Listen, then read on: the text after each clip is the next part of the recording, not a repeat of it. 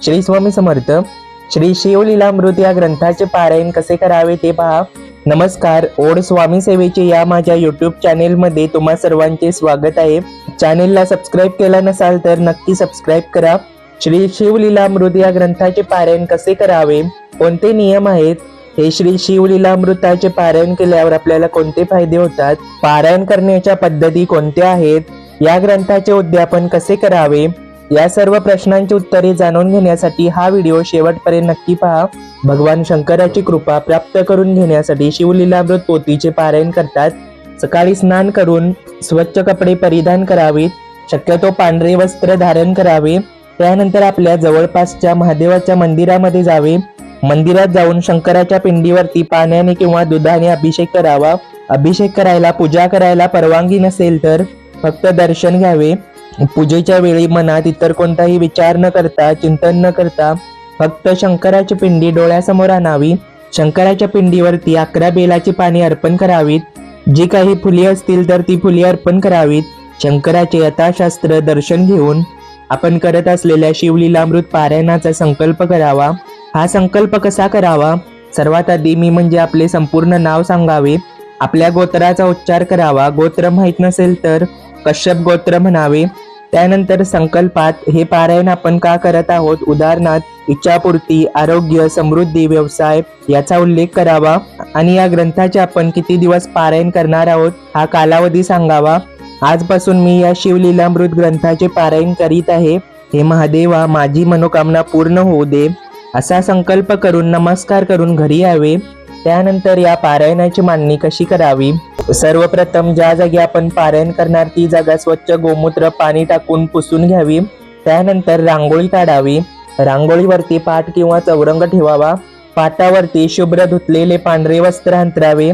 त्यावरती शिवलीलामृत या ग्रंथाची पोथी ठेवावी. ही पोथी तुम्हाला जवळपासच्या बुक स्टॉल मध्ये सहज भेटते. पूर्व दिशेला किंवा पश्चिम दिशेला पारायण मांडावे. शंकराचा फोटो किंवा मूर्ती घरामध्ये पूजली जात नाही, पण या पोथीवर आहे तशा प्रकारे तुम्ही फोटो पूजू शकता. त्यामध्ये शंकर, पार्वती, गणपती आणि कार्तिकेय असतो. फोटो नसला तरीही चालतो, कारण पोथीवरती सर्व काही असतेच. घरी महादेवाची पिंडी असेल तर तीही अभिषेक करून ठेवू शकता. 1 दिवसाची असेल तर तुम्ही पिंडी ठेवू शकता. पण जर तुम्ही 3 दिवसाचे, 5 दिवसाचे, 7 दिवसाचे करत असाल तर पिंडीला रोज उचलून त्याची पूजा करता येत नाही, कारण एकदा पारायण मांडली की ते परत उचलता येत नाही. फक्त पोथी ठेवून पारायण करावे. पोथीची पंचोपचार पूजा करावी. धूप दीप दाखवावा. नैवेद्य दाखवावा. नैवेद्यामध्ये खडी साखर, ड्रायफ्रुट्स किंवा गोडाचे पदार्थ दाखवू शकता. आपले पारायण वाचून होईपर्यंत तेलाचा किंवा तुपाचा दिवा लावावा. पारायणला सुरुवात करण्याआधी परत एकदा हातामध्ये अक्षता, पाणी, 1 फूल घेऊन संकल्प करावा. संकल्प करून झाल्यानंतर सरळ हाताने पाणी ताम्हणात सोडावे. त्याचबरोबर वाचन होईपर्यंत अगरबत्ती किंवा धूप चालू असावा. खाली बसण्यासाठी आसन घ्यावे. आसन हे स्वच्छ आणि धुतलेले असावे. तर हे शिवलीलामृताचे पारायण 2 प्रकारे करता येते. या शिवलीलामृतामध्ये एकूण 15 अध्याय आहेत. तर पहिला प्रकार म्हणजे 1 ते 15 अध्याय एका दिवशी वाचून पूर्ण करणे. हे अध्याय तुम्ही एका बैठकीत बसून वाचू शकता. जर एका बैठकीमध्ये जमत नसेल तर दिवसभरामध्ये थोडे थोडे करून अध्याय वाचावेत. तुम्हाला जेवढ्या दिवसांचे करायचे तेवढ्या दिवसाचे करू शकता. 1 दिवसाचे, 3 दिवसाचे, 5 दिवसाचे किंवा 7 दिवसाचे करू शकता. तर ही झाली पारायण करण्याची पहिली पद्धत. आणि ह्या पारायणाची दुसरी पद्धत म्हणजे हे जे 15 अध्याय आहेत ते 3 दिवसामध्ये, 5 दिवसामध्ये किंवा 7 दिवसामध्ये वाचून पूर्ण करणे. 3 दिवसात पारायण करायचे असल्यास पहिल्या दिवशी 1 ते 5, दुसऱ्या दिवशी 6 ते 10 आणि तिसऱ्या दिवशी 11 ते 15 असे अध्याय वाचावेत. जर 5 दिवसांचे पारायण करणार असाल तर पहिल्या दिवशी 1 ते 3, दुसऱ्या दिवशी 4 ते 6, तिसऱ्या दिवशी 7 ते 9, चौथ्या दिवशी 10 ते 12 आणि 5व्या दिवशी 13 ते 15 असे अध्याय वाचावेत. आणि 7 दिवसांचे जर करणार असाल तर पहिल्या दिवशी 1 ते 2, दुसऱ्या दिवशी 3 ते 4, तिसऱ्या दिवशी 5 ते 6, चौथ्या दिवशी 7 ते 9, 5व्या दिवशी 9 ते 10, 6व्या दिवशी 11 आणि 12 आणि 7व्या दिवशी 13, 14, 15 असे अध्याय वाचावेत. आणि रोज एक अध्याय वाचायचा असेल तर 15 दिवसांचे एक पारायण होते. अशा प्रकारे तुम्ही पारायण करू शकता. पारायण करताना रोज पोथीची पूजा करावी. पोथीला गंध, अक्षता, फुले अर्पण करावीत. बेलपत्र असेल तर तेही अर्पण करावे. रोज नैवेद्य दाखवावा. हे शिवलीलामृत वाचत असताना मध्येच कोणाशी बोलू नये. पोथी मनातल्या मनात वाचू नये, आपल्याला ऐकू येईल इतक्याच आवाजात वाचावी.